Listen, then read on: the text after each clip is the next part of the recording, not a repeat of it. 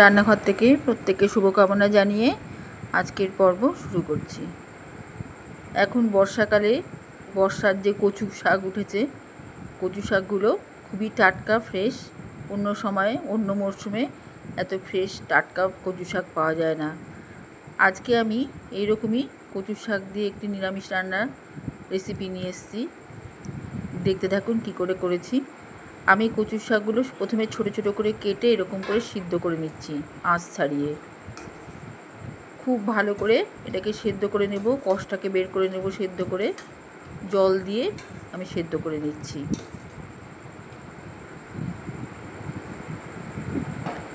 একেবারে যখন নরম হয়ে আসবে তখন জল ছেঁকে নেব। এই রকম সাইজের একটা কচুর শাক আমি নিয়েছি। তার গোড়াটা রেখে দিয়েছি, শুধু ডাঁটাগুলোই আজকে রান্না করেছি। এইভাবে আমি কচু শাকগুলো ছোটো ছোটো করে কেটে এইভাবে জল দিয়ে, বেশি করে জল দিয়ে ফুটিয়ে নিয়ে এই কচু শাকের যে কষটা সেটা আমি ফেলে দেব। এদিকে আমি একটু গরম জল বসিয়েছি। গরম জলের মধ্যে বেশ কিছুটা কাঁঠাল দানা, উপরের যে লাল অংশটা ওটাকে চেঁচে নিয়ে শুধু সাদা অংশটা আমি গরম জলের মধ্যে দিয়ে এটাকে ভালো করে সিদ্ধ করে নেব।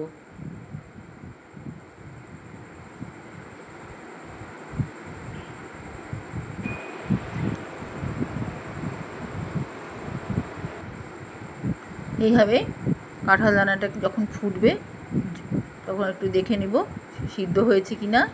তারপরে আমি এটাকে ছেঁকে নেব, জল থেকে নামিয়ে ছেঁকে নেব। কড়াইতে তেল দিয়ে বেশ পরিমাণ তেল দিয়ে প্রথমে আমি কাঁচা লঙ্কা ভেজে নিচ্ছি। এখানে অল্প ঝাল দিয়েছি, আরও একটু বেশি দেওয়া যেতে পারে, তেলও আর একটু বেশি দেওয়া যেতে পারে। তবে এগুলো পরে রান্না শেষে তেল, ঘি, মশলা সব ছেড়ে আসবে, তখনই রান্নাটা আমার কমপ্লিট হবে, তখনই খেতে সুস্বাদু হবে। এখানে আমি কাঁচা লঙ্কাটা ভালো করে সরষের তেলে ভেজে নিচ্ছি।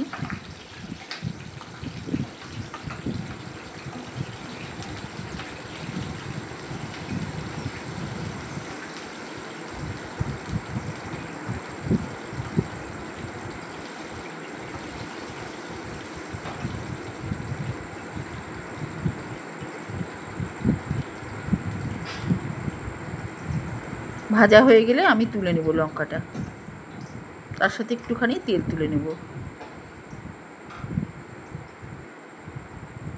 এবার ওই লঙ্কা ভাজা তেলের মধ্যে আমি প্রথমে দিলাম সেদ্ধ কাঁঠালের বিচি।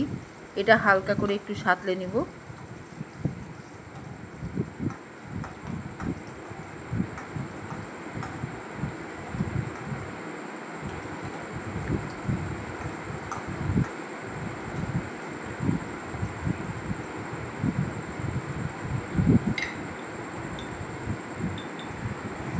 এর মধ্যে লবণ দিলাম,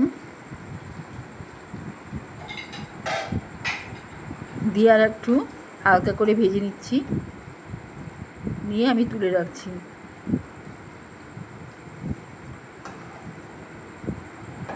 একই প্লেটের মধ্যে প্রথমে লঙ্কা ভাজা তুললাম, তারপরে তুলছি এই কাঁঠালের বিচি, হালকা করে সেদ্ধ করে নিয়ে হালকা করে ভাজা, এটাও তুলে নিলাম। এবারে আমি বেশ কিছুটা আদা, এটাও আমি সাঁতলে নেব একই তেলে।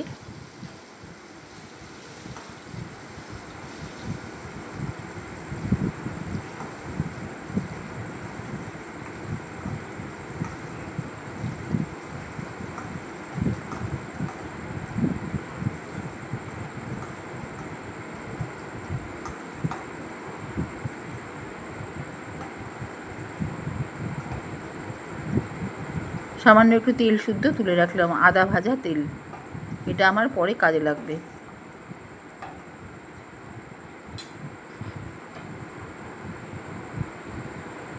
এবারে এই তেলের মধ্যে আমি তেজপাতাটা পুড়িয়ে নিচ্ছি। এই ফ্লেভারটা কচুর শাকে খুব ভালো লাগবে। এবারে আমি যে কচুর শাকটা সেদ্ধ করে নিয়েছিলাম ওটা জল ছেঁকে একটু শুকনো করে এখানে দিয়ে দিলাম। এখানে আর কোনো জল অবশিষ্ট নেই, ছাঁকনিতে ভালো করে ছেঁকে নিয়েছি। এবার এই তেজপাতার ফ্লেভারটা এর সাথে আমি কচুর শাকের মধ্যে আমি নাড়াচাড়া করে মিশিয়ে নিচ্ছি। এখন এখানটায় একটা শুকনো লঙ্কা, একটু জিরে দিব, গোটা জিরে।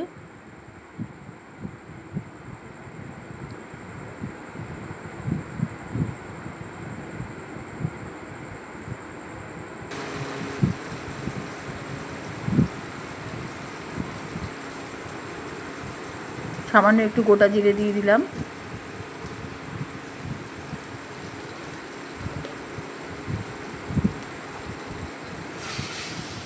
এবার এই ফ্লেভারেও আমি কচুর শাকটাকে একটু কষিয়ে নিচ্ছি।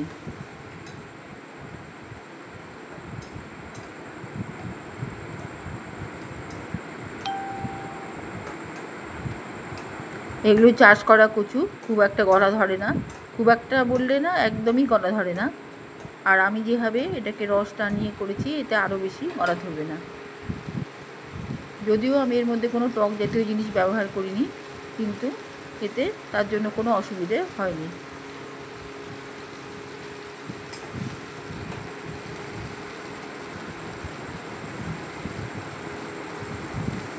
আমি সাইড দিয়ে একটু হলুদ দিয়ে দিলাম, কারণ একদম সাদা থাকলে দেখতে ভালো লাগবে না। এবার আবার একটু কষিয়ে নিচ্ছি হলুদ দেওয়ার পরে।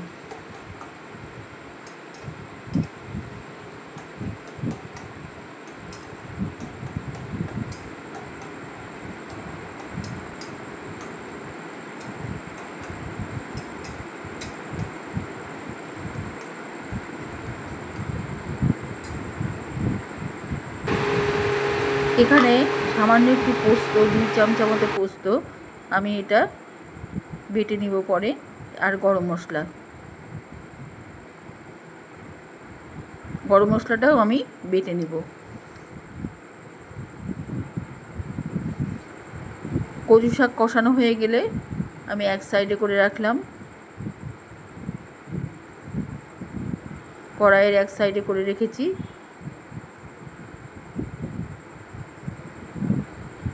এবার এর মধ্যে যে আদা ভাজা তেলটা আমি তুলে রেখেছিলাম, সেই আদা ভাজা তেলটা এখানে দিয়ে দিলাম, কারণ এই ফ্লেভারটা খুব ভালো লাগবে।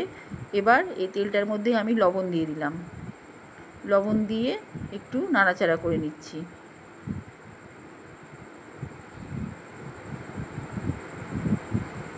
আমি কচু শাক সিদ্ধ করার সময় লবণ দিইনি, বা এই রান্নায় এখন পর্যন্ত লবণ দিইনি, এইমাত্র লবণটা আমি দিলাম।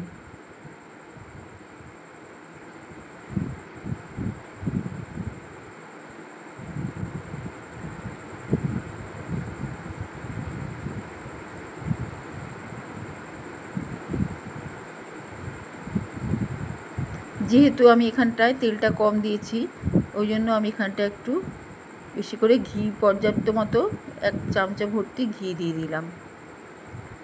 এতেই রান্নাটা হবে। আর দিলাম গরম মশলা বাটা।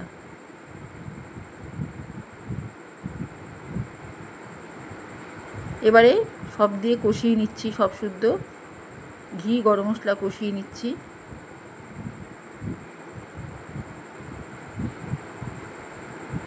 কষিয়ে নেওয়ার পরে এখানে আমি পোস্ত বাটা দিয়ে দেবো, বেশি না, এখানে 2 চামচা মতো পোস্ত বাটা আছে।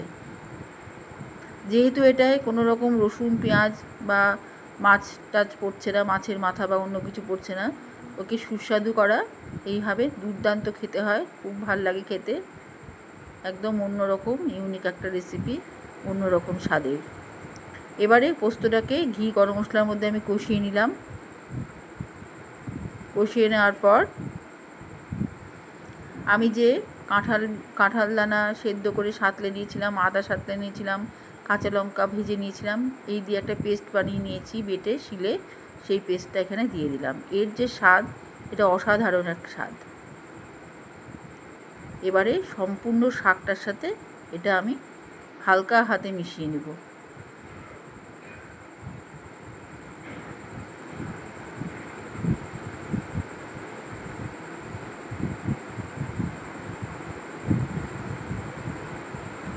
খুব কম আঁচে রান্নাটা হবে, বেশি আঁচ হলে রান্নাটা খেতে ভালো লাগবে না।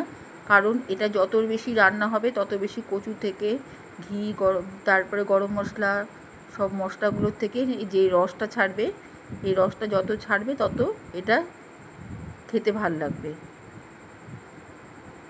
এখানে আমার হলুদের পরিমাণটা একটু বেশি হয়ে গেছে, পরে আমি একটু হলুদ দিলাম, হলুদটা তুলে রেখে দিচ্ছি এই জন্য। এবারে সব শুদ্ধ আমি ভালো করে কষিয়ে নেব।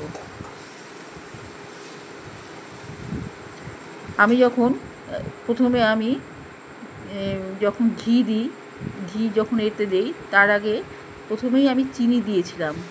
চিনি দেওয়ার পরে আমি লবণ দিয়েছিলাম। চিনিটা ক্যারামেল হয়েছে, প্রথমেই আমি এই ক্যারামেল চিনির মধ্যেই কিন্তু এই রান্নাটা আমি করছি। পরে কিন্তু আমি চিনি দিব না, প্রথমেই কিন্তু আমি চিনি দিয়েছি। প্রথমে চিনি দিয়েছি, তারপর লবণ দিয়েছি ঘিয়ের মধ্যে। কাজেই ওটা ক্যারামেল করেই রান্নাটা হবে, এতে টেস্টটা অনেক বেশি ভালো হয়। কাঁচা চিনি দিলে এই রান্নাটা ভালো হয় না।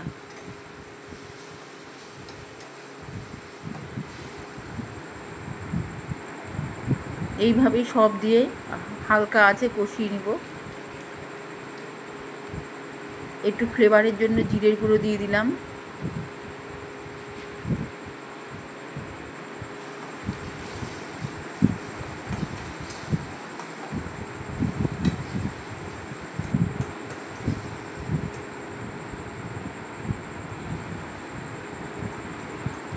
আমি একটু টেস্ট করে দেখছি যে সব কিছু ঠিকঠাক আছে নাকি।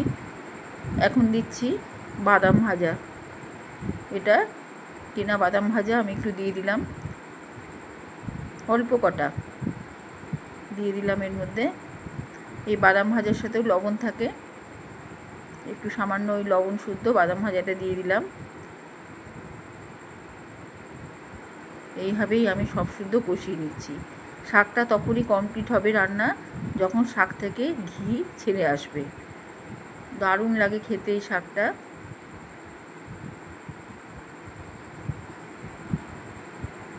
কাঁঠালের বিচির একটা দারুণ টেস্ট আছে, সেটাকে সেদ্ধ করে বাটলে তার টেস্ট দারুণ বেড়ে যায়।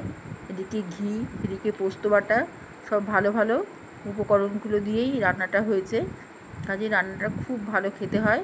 একবার বানিয়ে খেলে বুঝতে পারবেন রান্নাটা কতটা ভালো হয়। এখানে দেখতেই